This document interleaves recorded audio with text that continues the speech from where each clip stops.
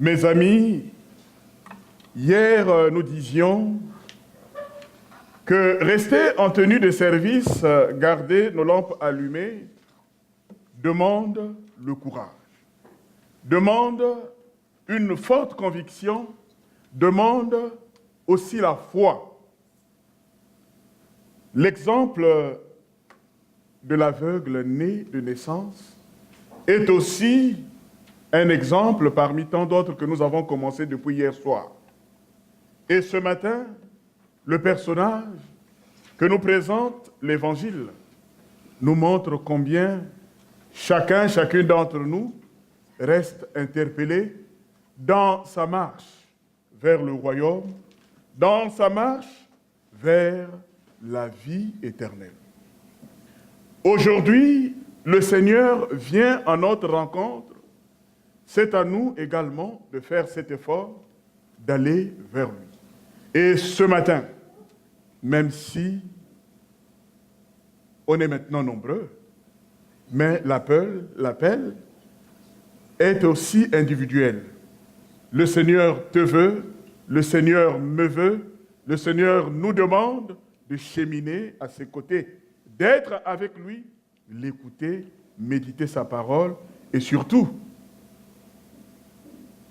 aimons-nous les uns les autres.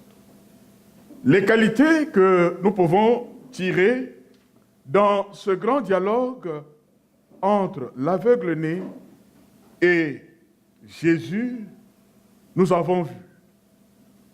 Celui qui était malade, celui qui a été guéri, devient un homme debout,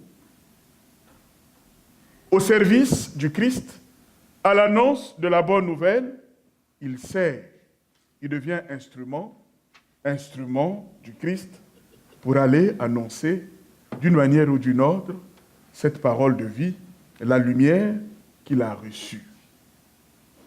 Aujourd'hui, nous tous, chacun, là où il est, là où il se trouve, nous sommes tous appelés à chercher à rencontrer le Seigneur, malgré nos difficultés. Malgré tout ce que nous avons comme qualité, tout ce que nous avons comme richesse, nous voyons, nous avons de la vue. On peut apprécier la création ou cette belle créature que le Seigneur nous a donnée.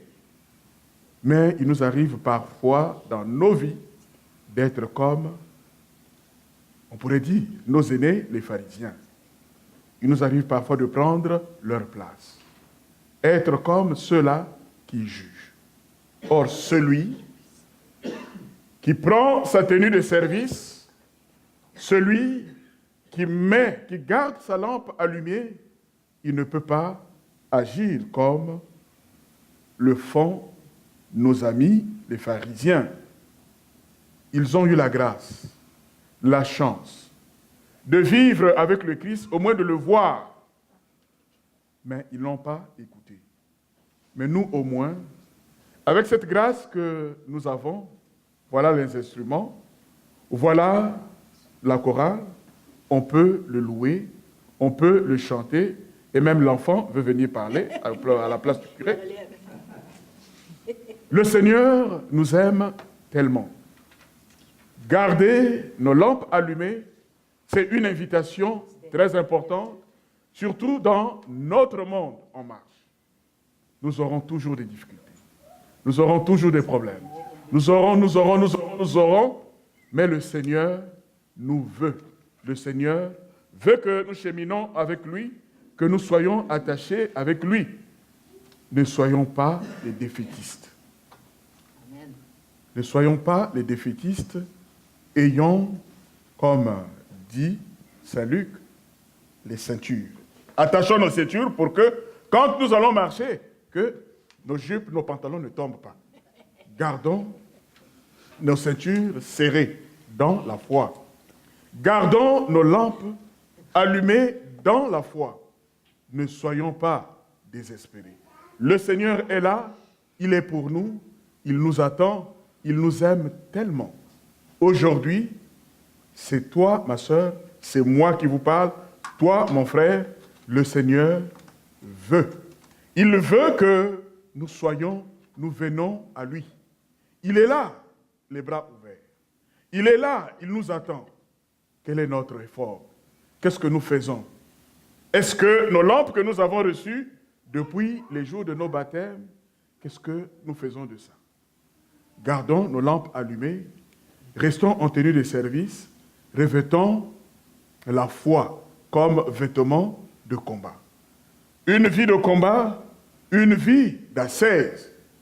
Pour le chrétien, c'est notre objectif. Et c'est cela le sens de la vie de chrétien.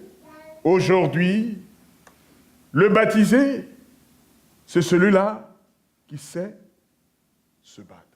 Le baptisé, c'est celui-là qui sait se mettre debout. Le baptisé, c'est celui-là qui proclame le Christ avec conviction, avec amour. On pourrait même dire avec fougue. Soyons zélés pour notre Seigneur, soyons zélés pour l'annonce de la parole de Dieu que le Seigneur nous a donnée. Soyons heureux avec cette lumière qu'il nous a donnée, une lumière qui nous éclaire pour ne pas tomber en tentation. Que ces moments de prière, chaque fois, là où on se retrouve, pour prier, peu importe le nombre, le Seigneur est là, il est toujours à notre rencontre, n'ayons pas peur.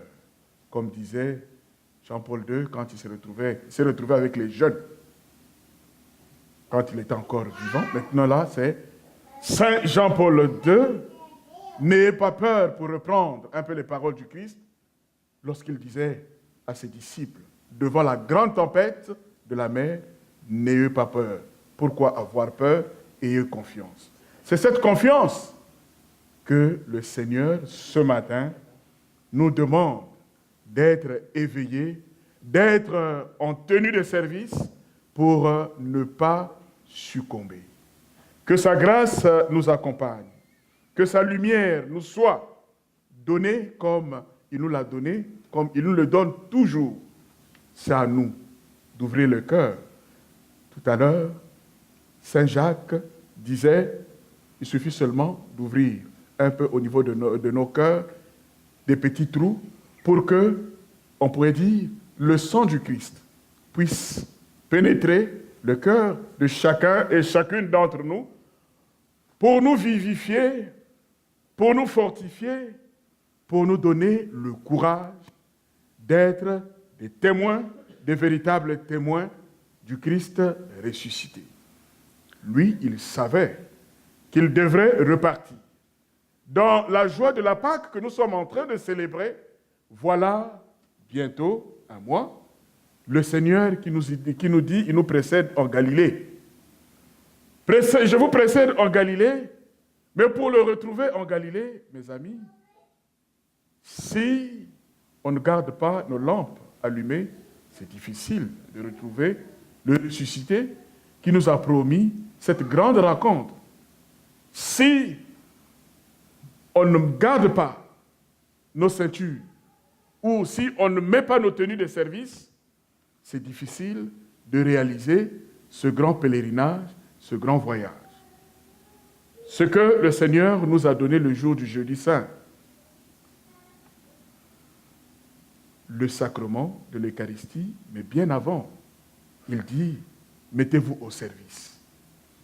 Et le grand signe qu'il a fait ce jour-là, d'abord, il a levé son manteau pour devenir petit devant ses amis, simuler pour montrer l'exemple.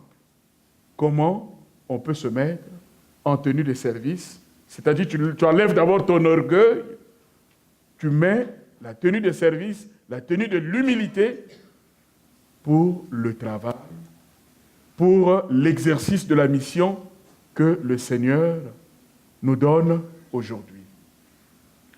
Demandons la grâce de notre Seigneur Jésus aujourd'hui, que sa lumière nous éclaire, que sa lumière nous guide, que sa lumière nous vivifie, que sa lumière nous fortifie.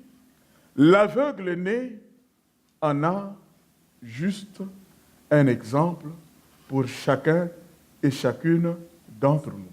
Lorsque la parole de Dieu nous est adressée, c'est pour que nous, aujourd'hui, que nous fassions des efforts pour nous configurer à la présence au milieu de nous, au milieu des frères, au milieu de nos frères, de nos sœurs, de la grandeur, de la joie d'être ensemble.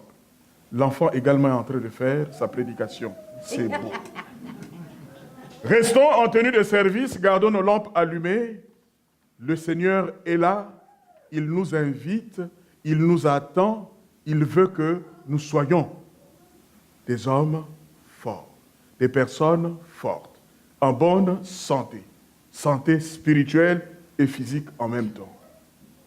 Lorsqu'on essaie de regarder notre société, souvent nous sommes derrière la bonne santé. Il faut bien la bonne bouffe. On rentre dans les supermarchés, il faut chercher tout ce qui est bio. Mais tout ce qui est bio, spirituellement, nous a invités aussi. Garder, rester en tenue de service, garder nos lampes allumées pour que nous soyons toujours en bonne santé spirituelle. Mes amis, gardons, choisissons ce qui est bio aussi pour notre Seigneur. Ne prenons pas de la racaille, prenons, suçons ce qui est beau.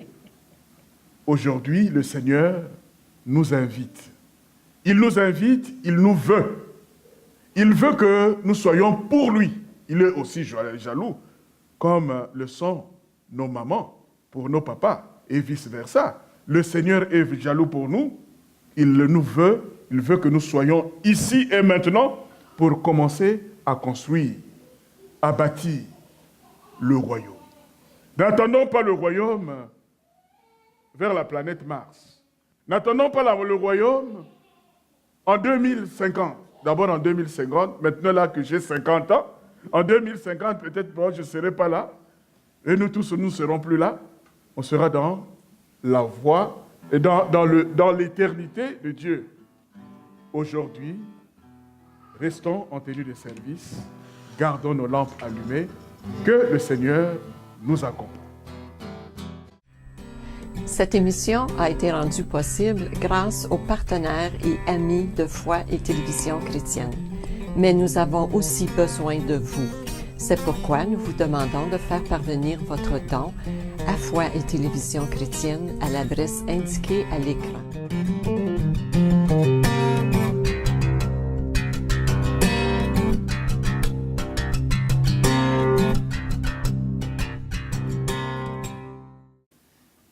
Comme l'époux tardait, elles s'assoupirent toutes et s'endormirent.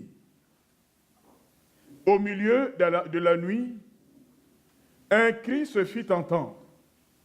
Voici l'époux. Sortez à sa rencontre. Alors, toutes ces jeunes filles se réveillèrent et préparèrent leurs lampes.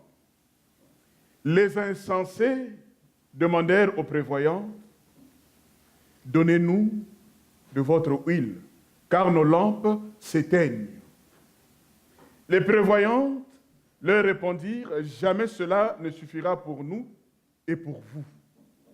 Allez plutôt vous en procurer chez les marchands. » Pendant qu'elles allaient en acheter, l'époux arriva.